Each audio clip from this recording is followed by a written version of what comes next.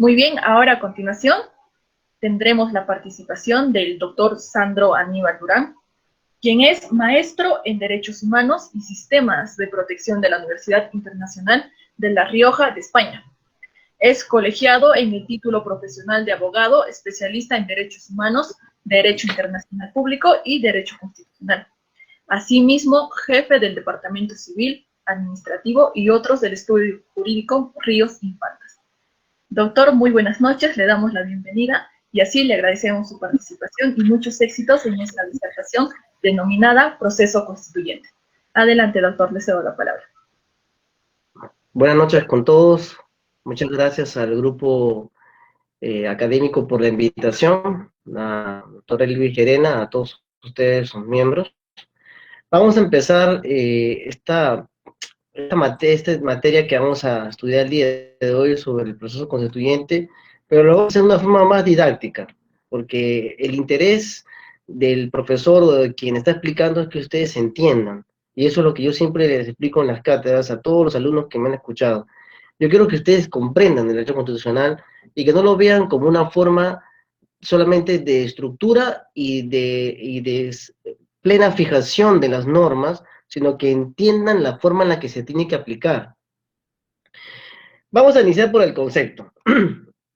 El proceso constituyente es una reunión de representantes de la nación que son elegidos de forma popular, ¿ya? Asumen un objetivo de acordar reglas que regirán en el futuro a los gobernados, es decir, a los gobernantes y a los gobernados, al que gobierna el Estado y a los gobernados que son los ciudadanos, así como el funcionamiento y la distribución de los poderes y fundamentos del sistema político y social. Esto quiere decir que es un organismo, el proceso constituyente es un organismo por el cual los representantes del colegiado, ¿no?, elegidos por los ciudadanos, tienen como función redactar una nueva constitución. Y ojo, hay una gran diferencia entre una carta magna y una constitución. La nueva constitución que se va a tomar por disposición de acuerdo de estos representantes está dotado por el poder que le dan los ciudadanos. Y acostumbrémonos a no decir pueblo, sino ciudadanos. Si es verdad que que somos representantes del pueblo cuando son elegidos, ¿no? Pero somos ciudadanos.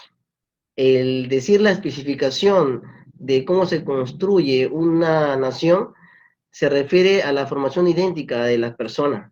Por eso se habla siempre de ciudadanos y ya no se refiere a pueblos. Una cuestión que se ha modernizado con el tiempo desde el siglo XXI.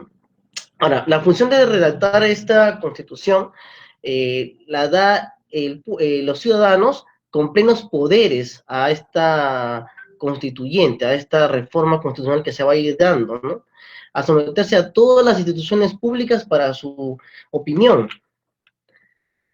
Y suelen definir algunos colegas que en cuanto a la reunión de personas que exista para mejorar esta constituyente, esta asamblea constituyente, que es la que lleva el proceso constituyente, va a ejercer un nivel transitorio de mandatario, porque tiene plenos poderes que le establece la nación para reformar una constitución, ¿no? Tiene una facultad de legislar bajo el espíritu de la ley y bajo los acuerdos que lleguen a tomar en esa asamblea constituyente.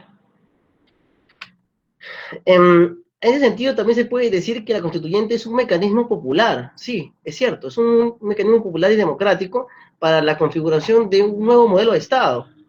Por supuesto que sí, pero se ha llamado siempre a la constituyente para mejorar lo que se tiene, no para retroceder en los derechos de las personas. Muchas veces hemos visto grandes reformas de los estados, sobre todo en América, muy pocas veces en Europa, quienes tienen una formación más tradicional, pero sus mejoras siempre son llamadas por el grado populista.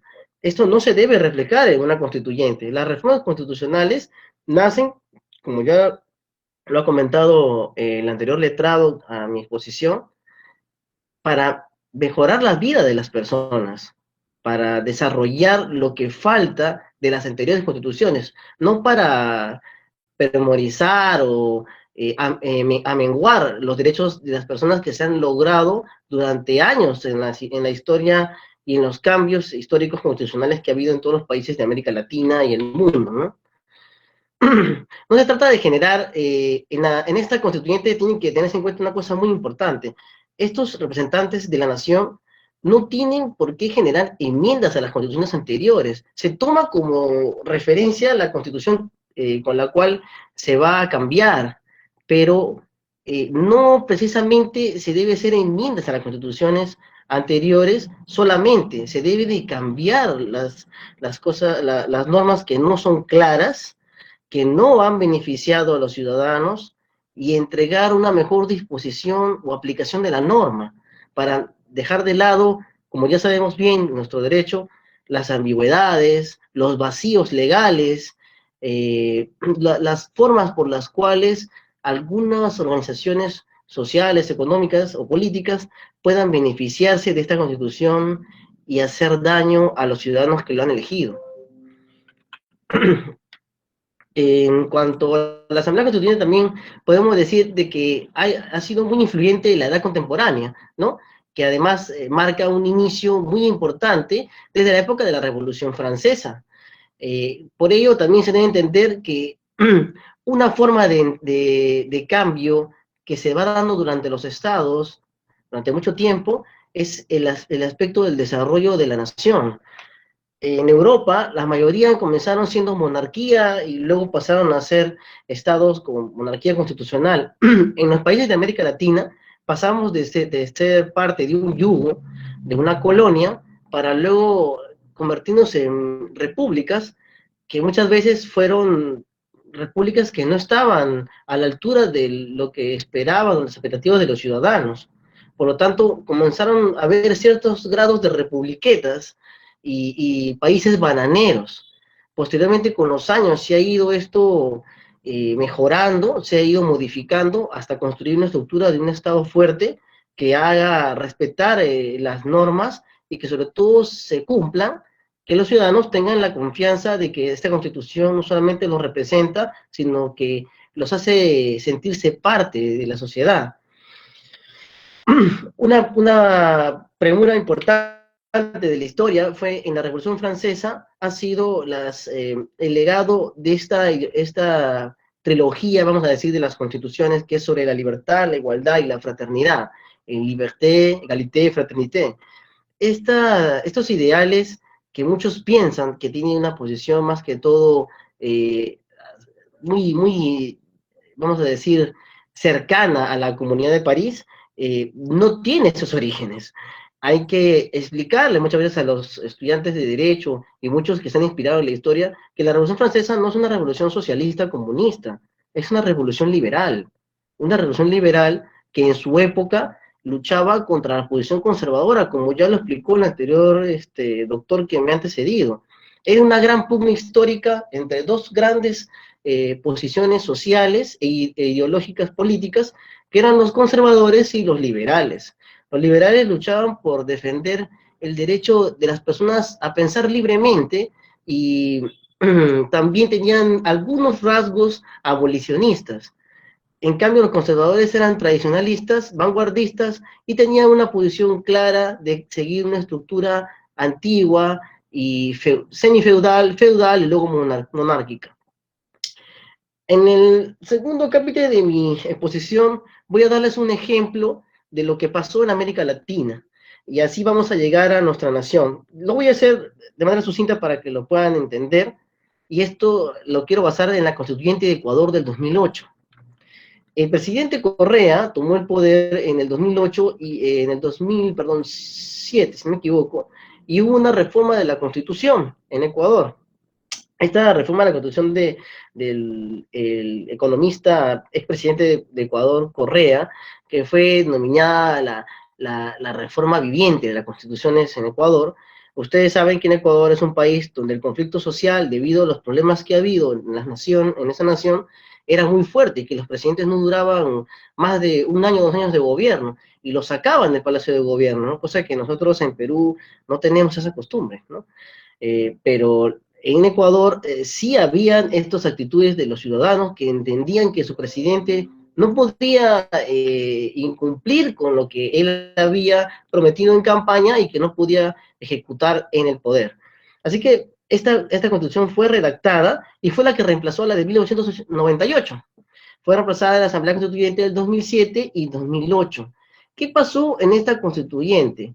Esta constituyente, y para aclararlo, porque siempre nos preguntan en las clases, ¿qué pasa con la diferencia entre cuando se hace la refrenda constitucional mediante el referéndum y también algunos mencionan plebiscitos?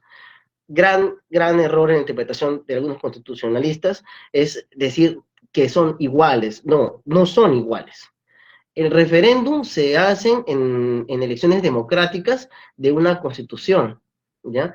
Y cuando se cambia brutalmente una constitución por un gobierno dictatorial, un gobierno de facto, el dictador militar utilizaba no el referéndum, ¿ya? Usaba el plebiscito. Así que ya lo tienen claro. El plebiscito es para los gobiernos dictatoriales y el referéndum es para los gobiernos democráticos.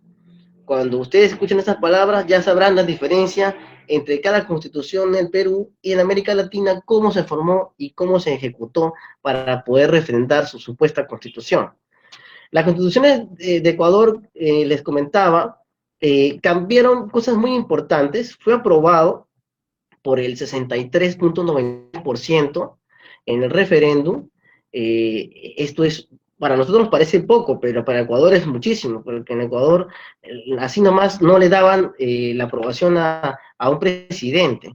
Se ha reformado dos cosas importantes: el ordenamiento jurídico, que era ambiguo en Ecuador, y que se había unificado con una sola estructura. Por otro lado, se habían mejorado y se habían subsanado ciertos errores de las instituciones internas del Estado de Ecuador que impedían el acceso directo al ciudadano. Esto quiere decir que cada ministerio en Ecuador tiene una oficina encargada de recibir al ciudadano, cosa que, por ejemplo, nos asombra en Perú. Los ministerios son elefantes blancos, ¿no? Como se les llamaba antiguamente. Uno va al ministerio, pero solamente va a mesa de partes. Tú no puedes hablar con nadie ahí para que te resuelva un problema social, siendo el ministerio representante del gobierno de turno y del ejecutivo, del poder ejecutivo. Pero esta no tiene esa asistencia. En Ecuador no. En Ecuador se modificó. Los ministerios tienen una oficina especializada, bueno, hasta el momento, en el cual reciben a los ciudadanos por cualquier tipo de queja en cualquier ámbito de los ministerios y están obligados a resolverle su queja o su problema en esa oficina. Inmediatamente es la cara vista del Ejecutivo, que se oculta en el Perú por correos electrónicos o mesas de partes que no tienen plazo. Muchas veces están fuera de los 30 días calendario para responder y aún así sigue esperando el ciudadano peruano justicia, ¿no? O que se le atienda. En Ecuador no, hay una fecha exacta. Y si el funcionario o servidor público incumplía, sería procesado con una amonestación inmediata. Esa fue una forma en la cual el gobierno quiso mejorar el servicio y también ayudar a los funcionarios y servidores del Estado de Ecuador para dar una figura más eficiente, ¿no? Vamos a seguir viendo aquí que se habían ya separado las funciones del Estado, que estaban muchas veces muy cercanas. El poder electoral ya se había liberado de lo que ya conocemos como el jurado en Ecuador. Estos estaban juntos y en la nueva reforma de la Constitución las separaron. Ahora, lo que más se puede rescatar de la constituyente de Ecuador del 2008, del presidente Correa, es de que él mejoró el tema de la salud, declarándola universal y protegiendo a las personas mayores y a los niños hasta los 10 años. Ya, cuestión que también ha sido reconocida en sendas sentencias por la Corte Interamericana de Derechos Humanos. Cuestión que en nuestro país podría ser que en nuestro país algunas veces haya mejorado, pero seguimos ambivalentes con la salud hasta ahora, ¿no? Por el tema de la pandemia, ustedes se van a dar cuenta que no están preparados algunos funcionarios para el cargo que se les ha otorgado. Ahora, en cuanto al tercer análisis, seguramente discreparán muchos aquí presentes, pongo a exposición la constituyente de Bolivia, del 2009. Yo no estoy apoyando ni creo en las ideas de los presidentes que estoy mencionando, los quiero aclarar, pero me parece importante y relevante que a pesar de que el catedrático o el que está exponiendo no esté de acuerdo con la doctrina, rescate lo mejor de cada constitución que se ha ido mejorando o de los procesos constituyentes para que ustedes entiendan el por qué es bueno y por qué es malo. Porque podemos decir que discrepamos de su ideología, pero en la acción han hecho cosas que son beneficiosas para sus pueblos, para sus ciudadanos, y eso es lo relevante. No las palabras, sino las acciones de las personas. La constituyente del 2009, que se planteó en Bolivia, esta fue la famosa constitución multisectorial, ¿no? Y pluricultural de Bolivia. Fue una constitución que había dejado en claro no la tendencia, sino la realidad de Bolivia, que tiene una gran cantidad mayoritaria que Perú de comunidades con estos pueblos originarios, ¿no? Porque llamar indígena, yo creo que la palabra indígena es oriundo de un lugar, para comenzar, así que no debe ser ofensa. Pero el hablar de pueblos originarios es algo que Europa no tiene. Nosotros sí tenemos pueblos originarios. Tenemos pueblos originarios porque nuestros pueblos, que son místicos, son históricos, los aymaras, los quechuas y otras culturas, han llegado a tener trascendencia histórica hasta la actualidad, y sus costumbres trascienden el continente americano. Así que, por decirles nada más, se han encontrado chulpas hasta en la frontera de Brasil y se están publicando estudiosos de esas culturas de que los estados que están en frontera con Perú inclusive ocultan estas chulpas para no decir de que los incas estuvieron ahí presentes. Hasta la trascendencia de la historia de los pueblos originarios esto es lo que quiero decirles, va mucho más allá de lo que puede establecer un estado. Ellos existieron mucho antes que nosotros.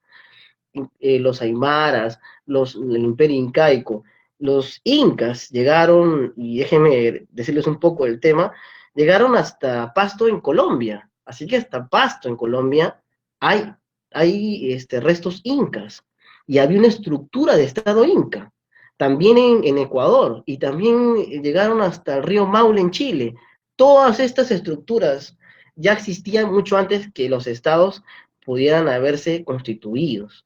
En Bolivia, en el 2006 se dio esta reunión, esta asamblea en Chuquisaca, y también, primero en La Paz y luego en Chuquisaca, y fue este movimiento del señor Morales, el expresidente Morales, Evo Morales, quien reformó esta constitución.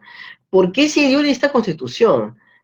Porque había una gran segregación social en Bolivia, y lo que quería Evo Morales era, más que llevar la reforma por los cambios normativos que necesitaba Bolivia para avanzar, lo que ellos querían eran entregarle o devolverles el derecho a estos pueblos originarios que no se sentían parte del Estado boliviano, que se sentían discriminados. Y creo que es un acercamiento importante para ser parte de estas comunidades alejadas de los estados en las capitales, y que ellos participen de su propio desarrollo. Importante lo que aplicó Bolivia en el artículo 164 de su constitución, que establece que todo tipo de proyectos en territorios donde están estas comunidades también debe tener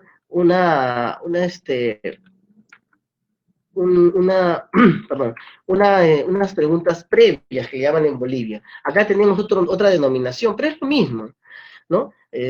Preguntas previas en Bolivia. Acá también tenemos uno parecido, que también es cuando van a estas comunidades que son originarias, ¿no? Ojo, comunidades originarias en el Perú no son lo mismo que comunidades campesinas y selváticas, no se confundan, son las que están establecidas en la Constitución, porque muchos dicen, sí, pero se le tiene que dar el derecho a la comunidad campesina. No, solamente son las reconocidas por la Constitución. si se han creado posteriormente a ellas, no están dentro de ese amparo. Por eso es que se tiene que tener en cuenta cómo se aplica una norma, y cómo se lee y cómo se ejecuta. No se dejen llevar por el romanticismo de la política irónica. Tienen que centrarse para poder dar cuenta a sus clientes, a futuros clientes y a sus compañeros, la realidad de las normas en nuestro país y en América. En el Estado establece en Bolivia una unidad pluricultural, ¿ya? Y plantea la reforma en 4 poderes: ejecutivo, legislativo, judicial y electoral, ¿no? Ellos tienen 4, también establece que las constituciones tendrán que ser siempre reformadas y dar salidas, ¿no?, a las mejoras de su constitución. También ha cambiado el tema, por ejemplo, que muchos se discutía en Bolivia, el tema económico. También es un Estado social de derechos, pero siempre el Estado protegería el derecho fundamental de sus ciudadanos. Esa es la diferencia, que ellos sí protegen a sus ciudadanos en su Constitución. Prevalece para ellos el derecho fundamental y derechos humanos de sus ciudadanos por encima de cualquier acción que tome el Estado. Esto fue desconocido en un decreto publicado por la anterior presidenta transitoria antes del nuevo gobierno elegido en Bolivia, ¿no? Lo cual después fue derogado y se restituyó lo que establece ese artículo de la Constitución del 2009.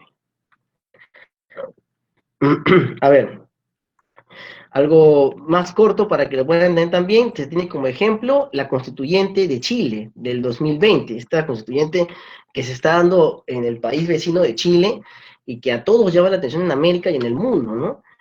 ¿Cuál es el análisis de la Constitución de Chile, ¿no?, de la que se está llevando? Para comenzar, Chile tiene una Constitución muy parecida a la del 93, a pesar que digamos que no. Es una de las constituciones que tiene, por decirles en cristiano, más candados constitucionales para poder cambiarse, porque no existe. La única forma de que se iba a dar la Constitución en Chile era por un gesto del Ejecutivo y del Legislativo en conjunto, para poder lograr ello. Pero nos preguntamos como ciudadanos, ¿qué es lo que un gobernante quiere cuando está en uso de su función del cargo? Gobernar. Y una constituyente demora entre 1 a 2 años. Entonces, son 5 años, le va a quitar 2 años de gobierno, de los cuales él no va a poder hacer absolutamente nada porque el poder reside en la constituyente. Ojo, hay que entender que los derechos plenos del Estado pasan a esta constituyente. Esta constituyente se inició el 25 de octubre del 2020, ¿ya? Y se va a dar el plebiscito en Chile, que había 2 opciones. Una era de que que siga el mismo Congreso y solamente una parte salga, un cuarto, un tercio del Congreso salga, se reforme y se convierta en el constituyente. La segunda parte era integrada mixta, la mitad con la mitad. La mitad se queda en el Congreso y la mitad sale y es elegida para que pueda hacerse la constituyente. Y la tercera opción era la que todos los chilenos querían, que era que se retiren todos los senadores y diputados y se elija una asamblea constituyente. Ahora, muchas veces se ha hablado sobre el término constituyente. Miren, el tema de la constituyente es por decisión de cada estado. Algunos le llaman Asamblea Nacional Constituyente, otros le llaman Asamblea Constituyente, otros Congreso Democrático, ¿no? En este caso, el caso de Chile se le llama Convención Constituyente. Ese es el nombre que se le ha denominado a la constitución, a la futura constitución chilena que se va a dar con la asamblea, con esta convención constituyente, que sería lo que nosotros conocemos como asamblea constituyente. Ahora, si habrá un presidente, sí habrá un presidente, tiene un quórum de 2/3 de esta asamblea, y los principales puntos de reforma de esta constituyente son la educación, que sabemos que es privatizada en Chile y que es una de las más caras de América Latina en cuanto a la educación superior, también la escolar, pero hay facilidades del Estado en cuanto al tema de educación básica. En cuanto al tema de la educación superior, en Chile ha sido siempre un problema social, por lo cual los chilenos siempre reclamaron que se quedaban inclusive sin viviendas con tal de que sus hijos estudiaran, ¿no? Cosa que es muy fuerte para un país que capitalistamente es uno de los que lidera, ¿no?, el crecimiento económico de América Latina, ¿no? Y que por supuesto el segundo es Perú. ¿Cuál es el plazo de trabajo de la convención? Ellos tienen 9 meses para terminar esta constituyente, pero podrían exceder en el tiempo por la cantidad de temas que se iban a revisar. Como ya les dije, es el tema económico, que al parecer no se va a cambiar, es el tema de la educación, el tema de la sanidad, y el tema de la educación y la sanidad sí estaban por ser impugnados en esta convención constituyente en Chile. También se va a dar después de que se apruebe, se va a dar un plebiscito. Ahí les tengo que decir, la Constitución chilena habla de plebiscito. ¿Por qué habla de plebiscito la Constitución chilena? Y es el ejemplo claro. La Constitución chilena fue creada por Pinochet y fue reformada en su tiempo. Como fue un militar el que ingresó al poder, este señor utilizó plebiscitos para darle fe popular, o sea, para poder ratificar su constitución, ¿verdad? Entonces, ¿qué pasa ahora en el tiempo? La misma constitución establece que tiene que haber un plebiscito. Entonces, el mundo constitucional, el mundo jurídico se sorprende y dice, ¿por qué en Chile tiene que haber un plebiscito si van a quemar la constitución? También es uno de los puntos en reforma, que se borre este articulado de plebiscito que devendría de un acto dictatorial y que se modifique siendo referéndum. Cuestión que la mayoría de senadores no estaba de acuerdo. En el tema final de este tema chileno, ellos siguen impugnando el tema económico, pero al parecer no alcanzarían la mayoría. Tendríamos que ver qué es lo que resultaría de esta visión chilena, ¿no? Ahora vamos a lo que nos compete a nosotros, a los peruanos. ¿Cuál es el análisis del nuevo movimiento constituyente en el Perú? Y lo vamos a hacer saber para que vamos a entenderlo. Lo que dijo el letrado que me antecedió, que ustedes ya lo han escuchado, no lo voy a repetir, pero sí les voy a dar ciertos puntos que para mí son importantes que ustedes comprendan. La Constitución de 1993 fue creada en un Congreso Democrático Constituyente. Fue hecha el 5 de abril, fue un autogolpe de Estado. Es cierto que fue refrendado por un referéndum que es muy cuestionable, es muy cuestionable. La Constitución del 93 no es que sea mala, ya lo dijo el letrado, no es mala, eh, pero hay que tener en cuenta algo que dijo Jean-Luc en Francia. Él estableció de que una constitución desarrolla no solamente las normas de un Estado o la estructura de un país, de un gobierno, o los derechos de las personas, es la forma de representación de una nación. La Constitución de 1993 fue creada por un dictador. ¿Y por qué por un dictador? Porque Fujimori cerró el Congreso, sacaron a los militares, hubo un golpe de Estado, luego por presión de la OEA y de las Naciones Unidas se dio este Congreso Democrático Constituyente. Hubieron meses en que estaban todo el poder en manos del Ejecutivo y donde los decretos supremos, decretos de urgencia y otros decretos fueron publicados en el peruano sin restricciones constitucionales. Se cometieron atropellos y graves violaciones a los derechos humanos que fueron denunciadas después en la Comisión de la Verdad, que más o menos es un trabajo idóneo, y también en otras entidades internacionales como Amnistía Internacional, la Human Rights, y también en la Unión Europea posteriormente. ¿Qué pasa con la Constitución del 93? Es una constitución creada en un Congreso Democrático Constituyente, es una constitución que, como bien explicado el letrado, está hecha para la interpretación. Toda constitución y toda norma está hecha para la interpretación de los abogados, de los letrados, de los legisladores. Pero, ¿qué sucede aquí? La Constitución del 93 plantea una reforma constitucional, y ahora les voy a leer por qué. La reforma constitucional que habla la Constitución de 1993 se basa en el artículo 206. Yo les voy a hacer lectura y ustedes tienen que entender algo antes que lo lean. Una cosa es norma marco y otra cosa es norma regla. La norma marco es una norma general, es una norma general. La norma regla es específica y es de cumplimiento obligatorio. Escuchen primero lo que voy a leer de la Constitución para que ustedes saquen su propia conclusión. Si es que esta Constitución es buena para nuestra nación. El artículo 206 de la Constitución del Perú, de 1993, establece lo siguiente. Escuchen, toda reforma constitucional debe ser aprobada por el Congreso, con mayoría absoluta del número legal de sus miembros, y ratificada mediante referéndum.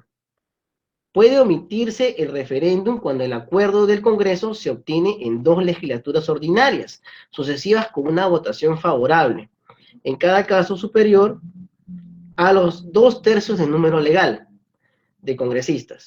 La ley de reforma constitucional no puede ser observada por el presidente de la República. Este es el primer párrafo del artículo 206. Ahora, el segundo párrafo habla de las iniciativas, o sea, ¿quién pudiera presentar estas reformas constitucionales? Vamos a hacer lectura. La iniciativa de reforma constitucional corresponde al presidente de la República, con aprobación del Consejo de Ministros, a los congresistas y a un número de ciudadanos equivalente al 0.3% de la población electoral, con firmas comprobadas por la autoridad electoral.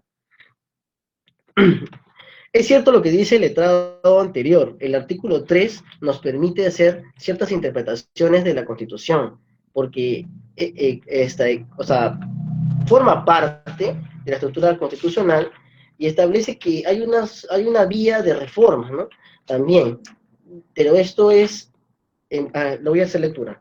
La enumeración de los derechos establecidos según el artículo 3 de la Constitución, en este capítulo, no excluye los demás que la Constitución garantiza, ni otros de naturaleza análoga, o que se fundan en la dignidad del hombre, o en los principios de la soberanía del pueblo, del Estado democrático de derecho y de la reforma y de la forma republicana de gobierno. Sí, los derechos nacen de la dignidad del ser humano, pero este artículo 3, pues no estaría muy cercano al principio de literalidad. Ese es el tema.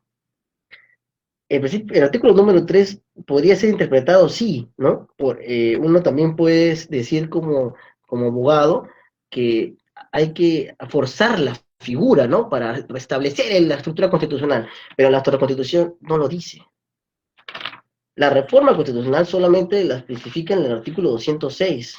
Y es cierto, se puede aplicar también las disposiciones transitorias que hablan sobre la interpretación de la Convención Americana de Derechos Humanos, ¿no? y la dignidad de las personas.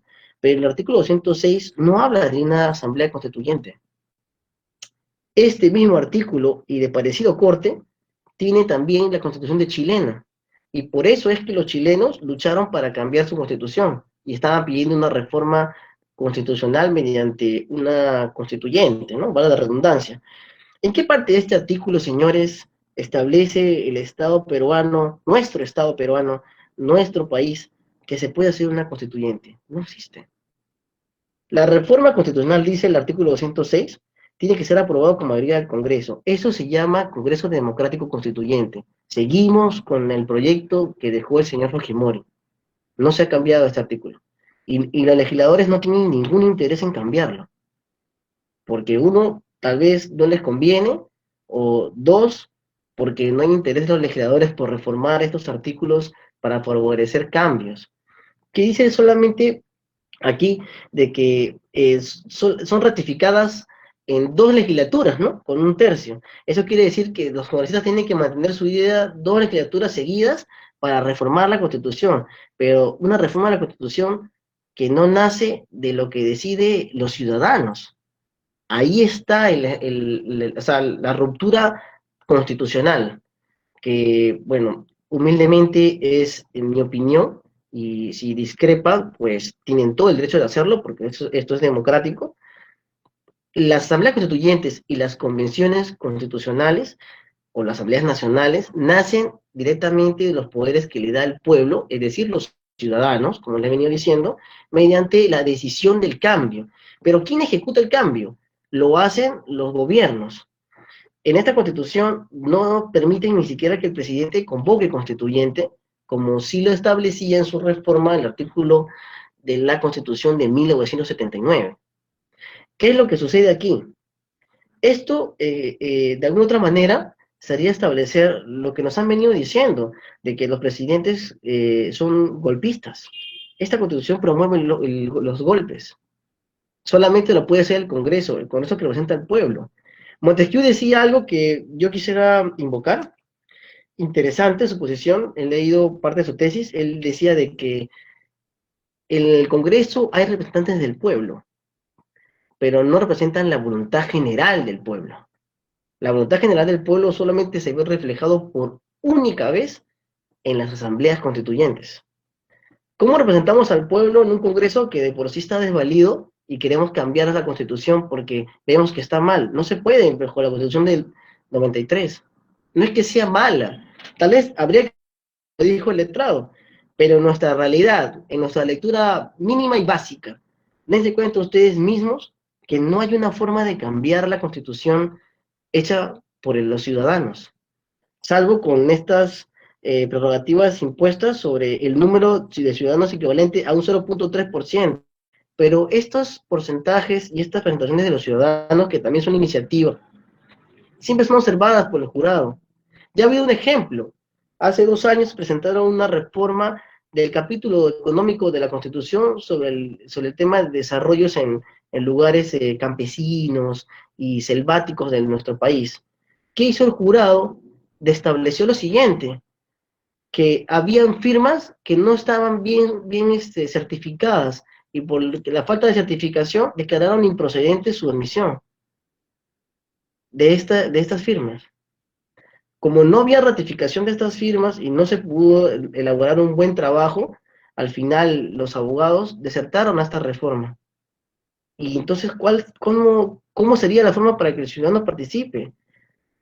Es lo siguiente: va a venir un presidente de la República, Dios no quiera, más cercano, porque estamos en una pandemia, pero posteriormente un gobernante que ingrese y diga, quiero cambiar la Constitución para mejorar todo lo que vemos que nos falta, va a leer este artículo de la Constitución con sus asesores, con sus abogados, y se va a dar cuenta y va a decir que no hay forma de cambiar la Constitución si no llega a un acuerdo con el Congreso. Uno, si gana mayoría ese presidente. Pero si él quiere ayudar supuestamente a los ciudadanos y quiere cambiar la situación de nuestro país y quiere cambiar la Constitución, ¿cuál sería la forma de cambiar esta Constitución mediante un presidente? Tendría que cerrar el Congreso para convocar a un constituyente. ¿Y qué van a decir la prensa que está trabajando con los grandes grupos económicos de poder? Que es un presidente golpista. ¿Y qué pasaría si ese presidente fuera de derecha y ve que la situación del país está mal y quiere cambiar la situación de nuestra nación? También es golpista. Esto pasa lo mismo con lo que ha sucedido con el presidente Vizcarra, que está siendo procesado, ¿no? ¿Qué sucede? Muchos ciudadanos dicen y nos comentan, también en las facultades de Derecho, y nos dicen, doctor, pero el Congreso es golpista. Bueno, el presidente Vizcarra utilizó un artículo de la Constitución, porque 2 gabinetes fueron censurados, disolvió el Congreso. Pero el presidente Vizcarra no es golpista, ¿verdad? Porque usó la Constitución. La Constitución le da funciones al Congreso para vacar a un presidente. No establece tampoco su interpretación. No dice el porqué ni el motivo. Eso no está desarrollado. Y el TC ha sido un colegiado sionista y silencioso de no desarrollar ese artículo de la Constitución. Y el Congreso de la República, tomando atribuciones de la Constitución, vacó al presidente Vizcarra, presidente procesado. Ahora, el Congreso es golpista, pero Vizcarra no. No estamos entonces en un verdadero análisis constitucional. No son golpistas. Los dos utilizaron artículos de la Constitución. Sí, esto está en la interpretación de muchos abogados, de muchos doctrinarios, pero no olviden algo: todo aquel abogado tiene una posición inclinada ideológica para interpretar la norma en base al tema constitucional, porque claro, los perjudica. El presidente Vizcarra no fue golpista, tampoco fue golpista el Congreso de la República cuando lo vacó. Utilizaron la norma constitucional. Y es esta misma norma constitucional la que estamos viendo y la ambigüedad que produce para poder llegar a un proceso constituyente en el Perú. El artículo 206 de la Constitución no representa un proceso constitucional que nos lleve a una Asamblea Nacional Constituyente. Representa un atavismo, representa un parapeto hacia el proceso constitucional total de la Constitución. Es decir, ¿qué es lo que plantea esta Constitución del 93 de Fujimori? Plantea que solamente puede ser reformada por congresos constituyentes, con congresos democráticos constituyentes como lo hizo Fujimori. Y como esto no fue reformado, seguimos latente con un proyecto dictatorial muy poco democrático y bastante alejado de la modernidad y de las nuevas costumbres y corrientes constitucionales en el mundo. Por lo cual, como bien lo dijo el letrado, la única forma de salvaguardar el derecho al proceso constituyente sería la interpretación del control convencional, por encima del control concentrado, es decir, de la Constitución, y que se convoque a una asamblea constituyente. Ahora, el que está en el cargo del Ejecutivo tendría que coordinar con el Legislativo, pero mi pregunta está, y se lo dejo a ustedes, ¿y qué pasaría si no tiene mayoría en el Congreso? Si solamente es elegido él. ¿Cómo cambia la Constitución y salva la República? No habría forma. También sería llamado golpista, entonces. Este es uno de los puntos clásicos de las constituciones que hay en nuestro país. Siempre se han hecho constituciones al perfil del que gobierna, pero nunca al perfil del ciudadano, nunca al perfil de la persona de a pie que está esperando que las cosas cambien en la norma y no en las personas, nada más. Ahora, ¿qué sucede con el tema de las reseñas históricas o, vamos a decir, precedentes históricos constitucionales? La del 79 es muy bueno, la verdad, muy excelente, pero también tiene errores, también tiene problemas. También no se daban las libertades que tenemos en la Constitución del 93. Es cierto, la Constitución del 93 es una Constitución medianamente moderna, pero en base al tema de reformas constitucionales, creo que nos hemos paralizado mucho tiempo, ¿no? Y eso es porque los ciudadanos no sabemos elegir bien a quien nos representa en el legislativo. Solamente para terminar, quiero agradecerles al grupo y también comentarles que las reformas de las constituciones no nacen solamente de lo que podamos leer, nacen de lo que puedan inspirarse. Muchas veces se ha leído doctrinas de derecho constitucional. La única reforma que puede haber en una nación es la que ustedes puedan lograr cuando lleguen a los cargos. Y también la forma de la preparación de hacer estos cambios constitucionales, ¿no? Usando la ley a favor de los ciudadanos. Muchas gracias al grupo que nos ha invitado esta noche.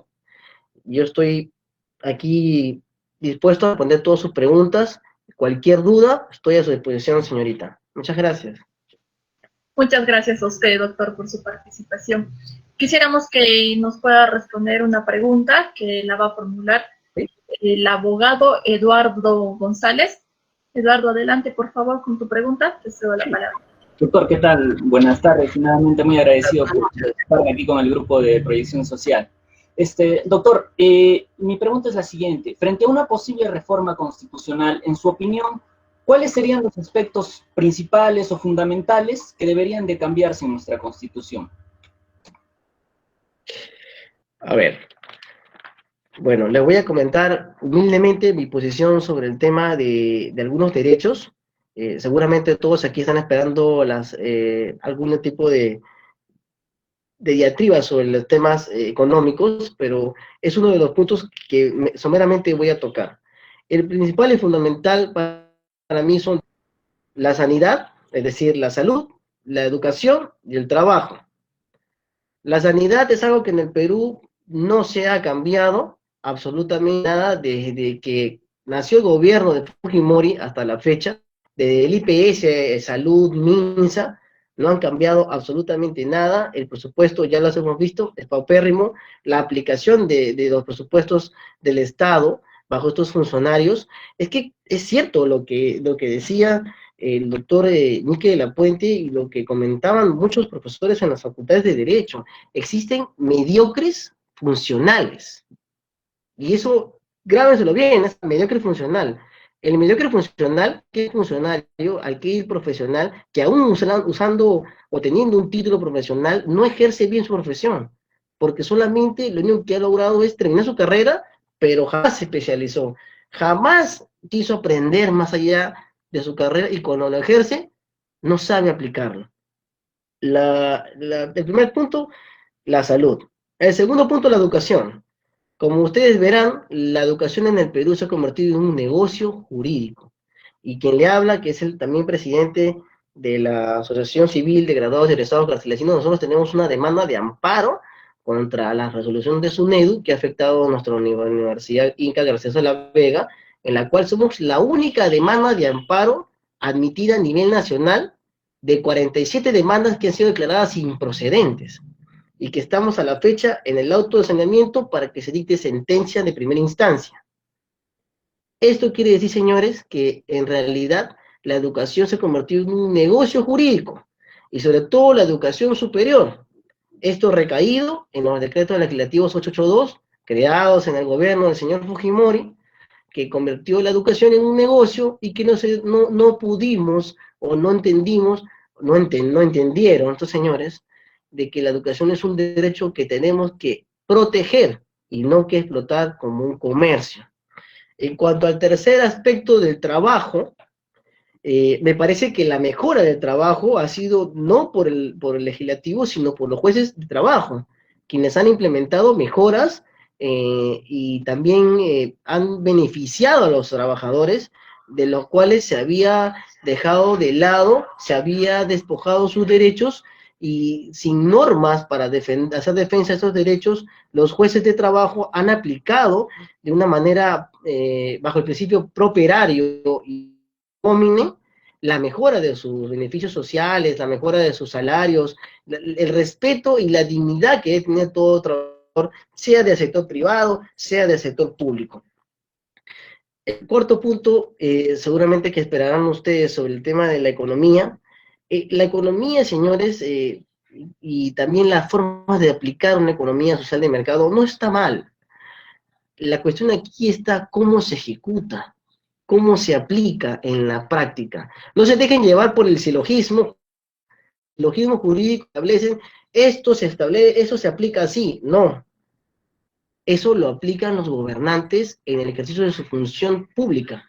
Por eso todos esperamos que el gobierno haga lo mejor y aplique normas a favor de los ciudadanos, en vez de beneficiar a grupos grandes de poder que durante años han explotado nuestro país sin darnos ningún tipo de beneficio. Muchas gracias. No sé si habrá respondido su pregunta del doctor Eduardo González. Sí, doctor. Muchas gracias. Muy amable. Nuevamente agradecerle, doctor, por haber sido parte de esta disertación y por absolver nuestra duda. Ha sido muy gratificante poder oír su participación y esperamos volver a contar con usted en una próxima oportunidad. Gracias, doctor. Ha sido un gusto. Cuídese mucho. Muchas gracias a ustedes. Que tengan una buena noche. Cuídense mucho. Buenas noches, doctor. Hasta luego.